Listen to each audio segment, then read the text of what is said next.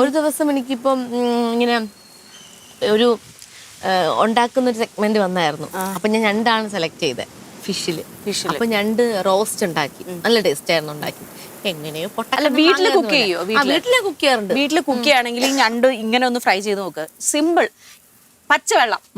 പച്ചവെള്ളത്തിലേക്ക് കുരുമുളക് പൊടി, മുളക് പൊടി, മഞ്ഞപ്പൊടി, ഉപ്പ്, ഈ 4 സാധനങ്ങളെ ചേർക്കാവൂ. കറിവേപ്പില പോലും ഇടരുത്.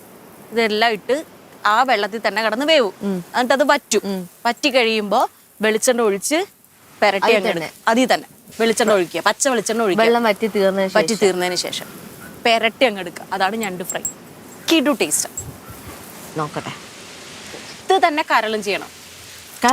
കരള് ഏതിന്റെ? ബീഫ് ആയാലും മട്ടൺ ആയാലും സെയിം സംഭവം.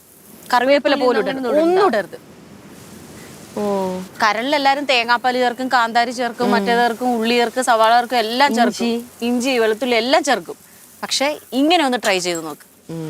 ഭയങ്കര ടേസ്റ്റ്. ഞണ്ടും കരളും ഇങ്ങനെ മാത്രമേ ചെയ്യാവൂ.